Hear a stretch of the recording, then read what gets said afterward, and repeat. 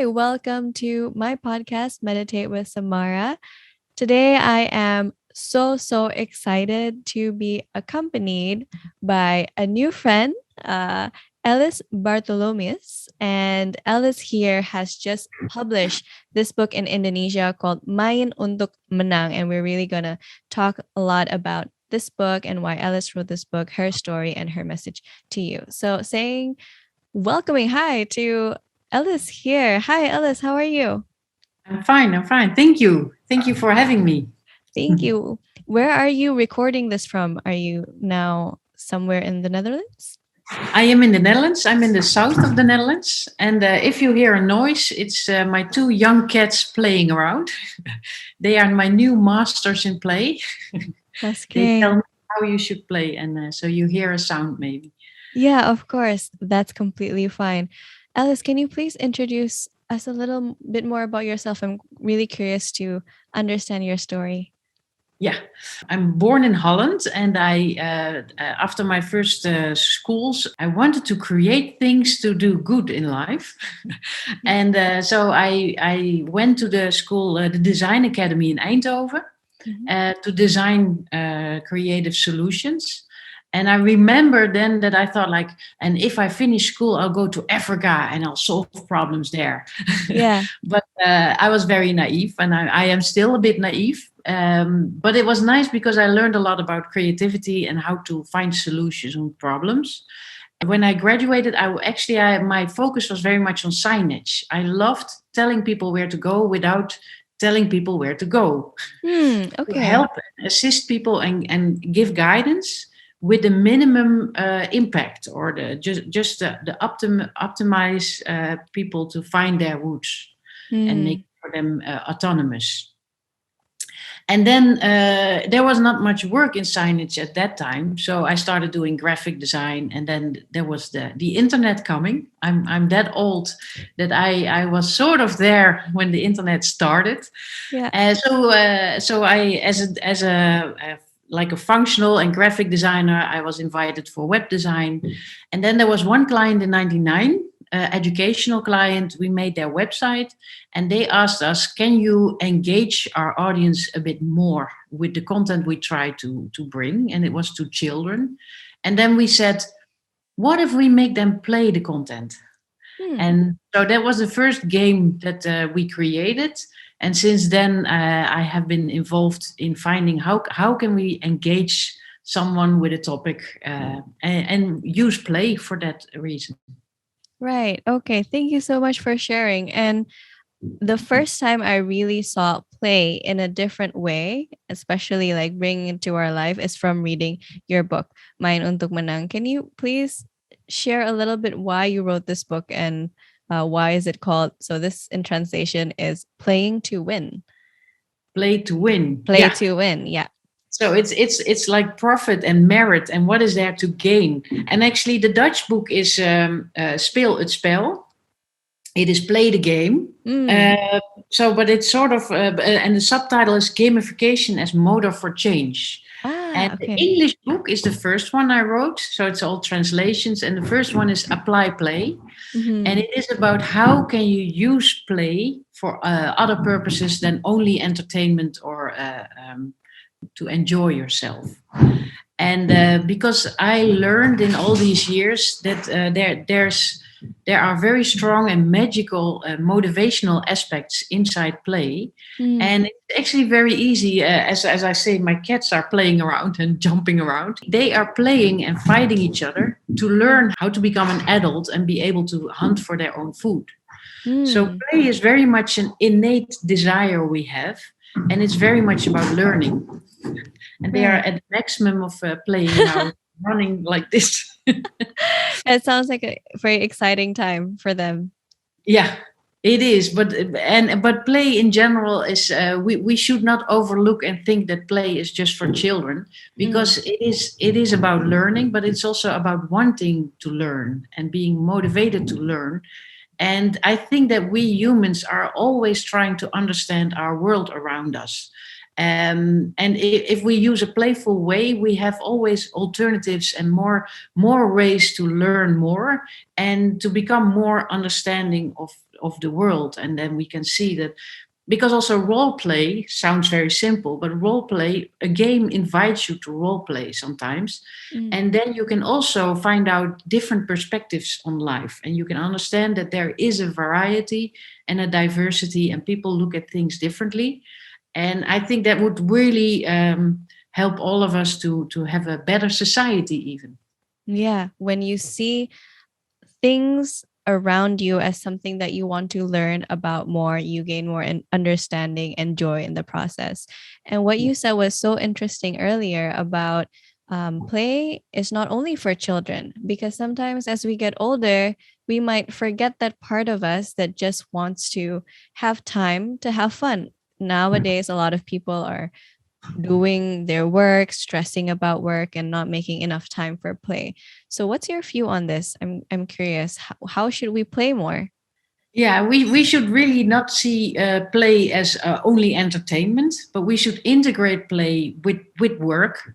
Make your work playful, make your chores playful, and even I know that the children don't want to clean the box of my cats, so they say like, we like your cats, but we don't want to clean the box, the litter, Yeah. the toilet. And it's not a nice chore, but I still, it has to happen because the cats are inside because of their age. And then I make it as if you're looking for gold. So you're use this shovel, and then you shake, and then what comes out is gold. Well, it's not gold, Yeah. but I try to use my imagination to motivate me for those things that I don't want to do. And then it makes it more fun, and it makes it more easy to do it next time again and again. So you can change your habit if you find a way to look at it in a different way. So it's not only about I want to play in my leisure time, in my free time to enjoy, but use play also for those hard tasks to make them more fun. Right. Thanks, Alice, for sharing. Even I had an excitement to clean my kitty's litter. I never do it myself, but now I'm looking at it in a different way. And that's amazing, just how we use our own imagination, shift the perspective, and actually helps us with our goals. And if I can share, what I really like about your book is that you have a lot of these games, or a way to ask the reader to see their world in a different way. And initially for me, it was like, huh, I never thought about just something mundane in my life. Like, for example, exercising is something that I can do in a playful manner. And you really opened my eyes through this process. So, can you share with us, like, when there are these challenges, what was your expectation for the readers to experience? Yeah, because I felt very much when I was writing the book, I also thought it was strange. I wanted to design a game in which you learn about making games. That was my Ah, first idea. And okay. then I was talking to other people about it, and then they were really telling me like, but why, and what do you mean, and what do you, and I was talking to them, and they said, but your experience is interesting. When you start talking, that's interesting. So why don't you share your story about how you use games, and why would we use games? And then I ended up writing a book, and I thought, but I'm an interaction designer, and I want to facilitate interaction. I want to engage people. I want to have them to have their dialogue about play and games, not me telling them how to do it.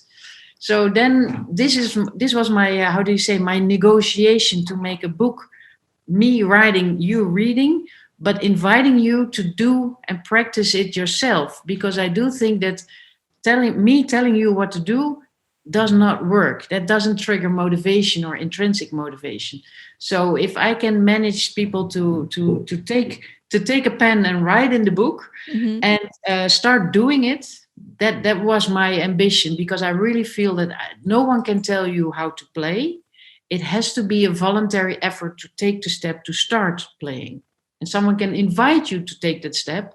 I am trying to invite you, but it's your call to start playing. And that's, I think, very important in design in general, but in many ways where I see I cannot make anyone play. Mm. It's, I can invite them, but it's their role to start. It's their task, or their desire to start playing. And that's the magic of play, I think. Yeah, that is so true. Thank you so much, Ellis, for sharing, because I am also thinking about my process of reading your book. I had to revisit probably more playful parts of my younger life, which initially, before reading your book, I just kind of separated from what I'm doing now. And now I can integrate it in my daily life. Especially, I really enjoy that you have these checkpoints, like Yeah. where you are. Yeah, for example, this is where you start, and then when you're done, you also have like this, I'm done, or you get a bonus, and it's really rewarding just to like tick it off. So it's very, very exciting. Um, you touched on something that I'm also curious, that I think would also help a lot of people who are listening. So sometimes we know what's good for us, right? So we know that, for example, eating your greens, exercising, walking out, what else? Meditating, resting, good quality of sleep is good for you. It's good for your Yeah. health, good for your stress.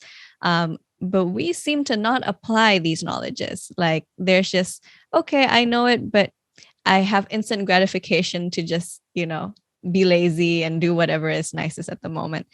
How can we practically use play in order to have fun during this process that makes us feel like, oh, I don't want to do it? Do you have Yeah. any thoughts on that, Alice? Yeah, you have a very correct way of putting it. It's the instant gratification. So the short term, what is the most narrow to me, that I will take it as easy as possible, because people are lazy. Yeah, So I'm so lazy. yeah, and but we know in the long term we want to age old, but we don't want to do the effort at this moment to age old. And so this is very wide apart. Too much for my screen. So this is now, and this is getting old, and we don't want to be bothered with that. Yeah. But then again, so we have to find ways to make sure that the gratification is very close nearby. So that's why I like to find reward systems that work. But it's very interesting because every person has a different reward thing that triggers, and it also some of the triggers wear off. So you have to find ways to change new ones, make bigger ones, make smaller ones. So for every individual, you have to find your own way. What motivates me, and you have to see it as a challenge. How can I keep motivating myself? What works for me? For instance, I have a Fitbit, and I have many friends around me have a Fitbit, and everyone uses it in a different way. Some people look at it daily, some people look at it weekly, some like every hour, and everyone. So you have to have a diverse way of gratification, and. And for instance, I also tried it on my mom. She was aging towards eight. This was years ago. One of the early versions of these devices, and she was either tired or she was doing too much, and then she hurt her back, and then she couldn't do anything, and then she wasn't doing anything. So it was Oh. it. So she had no balance. So I gave her that thing, and she was calling me and say like, "Oh, I did this, but I know that I did too much, so I took a rest and I made breaks." So she was learning to managing her energy level. But then one day I arrived in her house, and that thing was on her table. I said, "Mom, you're not wearing it today." And then she said, "No, I deserve the break." So she was managing her energy, but she was also managing her loyalty, and because she didn't want to make it her ball and chain. So Mm. it was really, so I thought she was very mature in learning how to use the motivational aspects and how to not use them. And that's a very thin line. And that's also why I say I can facilitate many ways, like I did in the book. I Mhm. facilitate many ways to find your gratification inside the book, and you can turf and you can do, or you don't do it. But even not doing it, you still see it, and you still take it for granted that you are progressing in the book. And that's Yeah. also why I like books tangible books more than digital books and e-readers, because I still like to feel when I'm reaching the end, or I like flipping the page, Yeah. because it's like ticking. It's a rewarding. Like I did a full page, and I'm going for the next.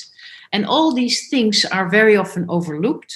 But then again, many people have a different perception of that. So we have to find out what is rewarding for you. Same as a competition. Mm-hmm. Someone wants to finish the book first. Mm-hmm. Yeah. And but some people don't like competition at all, and that's so all these gratification elements, you have to find your own, but use the systems that are available around you. Yeah, that's so true. Thank you, Ellis. It made me realize that like what we do and why we do things is because we either get a reward or a pain is reduced, right? So I'm just thinking of how often I check my social media, and I guess that's the reward is maybe the likes and the comments and whatnot, but probably seeing how you feel good after a workout, because I don't know, I never feel at least for my part, I don't feel that I regret a workout, but I always feel lazy before doing it. But after I feel a workout, yeah, I feel good. So probably this can spark some inspiration to the listeners to find what feels good for you, and use that as a reward to play Yeah. and do the things that is good for you, but you're too lazy to do. Yeah, and it's good. You can sort of amplify the feeling good. That Yeah. after you finished your practice, your exercise, and you feel good, you have to put an anchor in your mind and blow it up and say, like, I really feel good. I desire to feel this again. So then you are lowering the threshold a little bit next time you want to start exercise, because you make that feeling as a desire to get back to. That's a great insight. I'm going to start doing it after this call. Yeah. That's so important. Also not manipulating, but also like cognitively, we're also thinking that this is important. We're anchoring it, and that, I guess, increases your chance of doing the healthy things for you. Yeah. Yeah, and it's like reinforcing. Yeah. And reinforcing the positive, because I must say, my innate nature is sort of I'm prone to reinforce my negative thoughts. And I'm really that's why I need meditation, I need mindfulness, I need practice to sort of, I don't want to say it in a negative way, but brainwash or overshout my negative nature, because that's a pitfall. Yeah. And I'm now curious a little bit. Now you shared that you've meditated. Is there a way we can be playful while meditating? Because as I'm sharing more about meditation, a lot of people feel that meditation is such a serious practice that you need to sit down, you need to be still, not think. Is there a way that we can be playful with our meditations and mindfulness practice, Ellis? Yeah, I think what is very important is that some of the teachers in meditation, and like I think the Dalai Lama also says that, have a joke at yourself. Don't be too serious. And I always like to see it as I have these two little characters, the two little me's on my shoulder. So this is devil me, like and the monkey mind, is it? Yeah. And the calm one, and that's telling me like it's always giving me shoulder rubs, like telling me like it's okay, it's all fine. And this is the happy one, and this is the angry one. So and then sometimes they're talking in my ears like that, and it's like but sometimes I can do this, and I can make them talk to each other, and I can step out. And it's very interesting to use imagination, because it's all my head. Yeah. But I make it a little bit more tangible.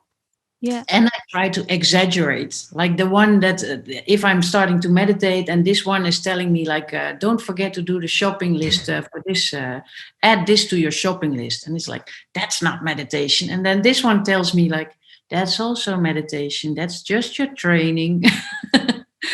I love that. Yeah. I will share that to more people. But anyway, everyone who is listening here, make note of that really meditation, you're not supposed to have no thoughts. It's so normal to have plans coming in your thoughts, and you remember something super random, and then you can just observe it, and you don't have to go like, okay, this meditation is not working, I will quit right now. No, that's Yeah. actually your training ground, as your calm, compassionate version is saying. So thank you for enlightening us with that very imaginative way of practicing and being healthy. Really, really enjoyed it. Thank Yeah. you, Ellis. And one thing is also very important that's overlooked, but every practice is valuable. So I try to see it like you're collecting these marbles, and every practice is one. So you don't have to have a good one. You already have done practice, so that's a score, that's a bonus. So that also lowers your threshold. Like you don't have to do it good, you don't have to do it proper or well, but every attempt, every effort is one, so that you can put in your jewelry box or your yeah. I love that. It's like you show up. That's winning right there. You just show up Yeah. to your practice, you do it, whatever the outcome, that's a one. Yeah. 10 points for being there. Oh my god, I love having points as well. I think that would make everything so fun. It's like game when you do something and then you get, okay, I got 10 points. Yeah. It makes it very fun. Thank you, Alice, for sharing your light, writing this book. I wonder if you have last messages for our listeners today about your book and where they can find it or anything. Yeah. That's a good question. I don't. The Indonesian version is for sale online and in stores, I think. The English version, you have to mail me. I'm very sorry for that, because there was a mix-up, and so it's not really very available. And the Dutch version is also in many bookstores available. And soon there will be a Persian version as well. And please look at my website and get in touch with me if you have any questions about how to play. But I would prefer to dare every listener and say, like, come on and give me a challenge. Can we make this playful? Yes or no? Bring it on. We'll have a dialogue about that. That's amazing. Thank you so much, Alice. All of Alice's links to her website, probably email and LinkedIn, everything that you need will be on the description. So you can just go down there and also just click, check out Alice's other work. And yeah, I wonder, Alice, if you have a tip or a dare for the listeners in the next 5 minutes. How can they play the game, play to win, and just game on? Yeah. Well, the most easy tip to happify and gamify yourself is I dare you to think of 3 things you were happy about yesterday. And do that every night before you fall asleep.